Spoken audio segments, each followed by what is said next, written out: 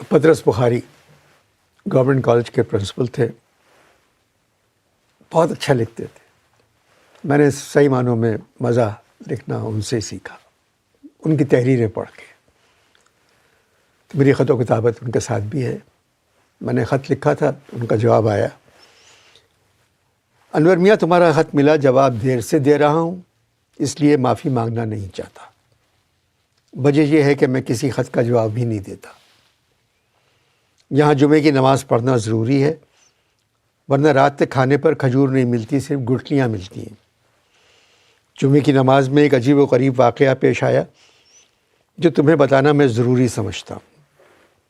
جس مسجد میں نماز پڑھنے گیا، وہاں سامنے والی صف میں علامہ اقبال، محمود غزنوی اور ایاز کھڑے تھے. محمود غزنوی نے ایاز سے کہا کہ تم میرے ساتھ نہیں کھڑے ہو سکتے، پیچھے والی صف میں جاؤ. ایاز میرے ساتھ آ کر کھڑا ہو گیا. علامہ اقبال کو محمود غزنوی کی یہ بات پسند نہیں آئی. انہوں نے محمود غزنوی کو سمجھایا کہ آپ اپنے ساتھ ایاز کو کھڑا ہونے کی اجازت دے دیں. محمود غزنوی نے کہا، ایک غلام میرے ساتھ کیسے کھڑا ہو سکتا ہے؟ اس پر علامہ نے کہا، محمود میں تو لکھ چکا ہوں، ایک ہی صف میں کھڑے ہو گئے محمود و ایاز، نہ کوئی بندہ رہا اور نہ کوئی بندہ نواز. محمود نے کہا، آپ کو بندہ نواز کے بعد کوئی قافیہ نہیں ملا، اس لیے مجبوراً آپ نے ایاز کو میرے ساتھ کھڑا کر دیا. علامہ کو غصہ آ گیا اور وہ ایاز کے ساتھ دوسری مسجد میں نماز پڑھنے چلے گئے. شام میں علامہ اقبال نے ایک پریس کانفرنس کی جس میں انہوں نے کہا، انسان غلطی کا پتلا ہے اور مجھ سے غلطی سرزد ہو گئی کہ میں نے اپنی شاعری میں محمود کو ایاز کے ساتھ ایک ہی صف میں کھڑا کر دیا.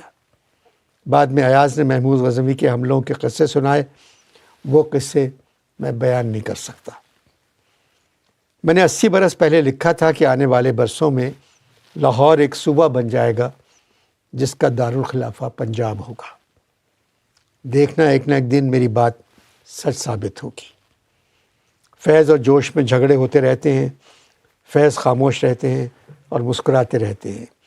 جوش نے فیض سے کہا، تمہاری شاعری میں جوش نہیں ہے.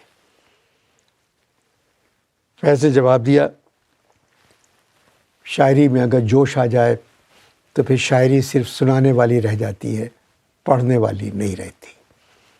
جوش صاحب نے کہا، فیض تمہاری تمام شاعری میں مجھے ایک ہی نظم پسند ہے جو تم نے پاکستان میں رہنے والوں کے لیے لکھی ہے، ہم جو تاریک راہوں میں مارے گئے.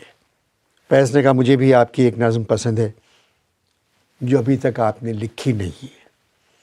اس کے باوجود میں آپ کو بہت بڑا شاعر مانتا ہوں.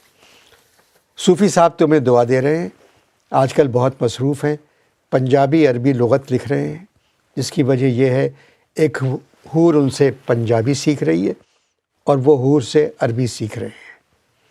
نون میم راشد کے بارے میں تم نے پوچھا تھا. تم تو جانتے ہو انہوں نے وصیت کی تھی کہ ان کو جلا دیا جائے.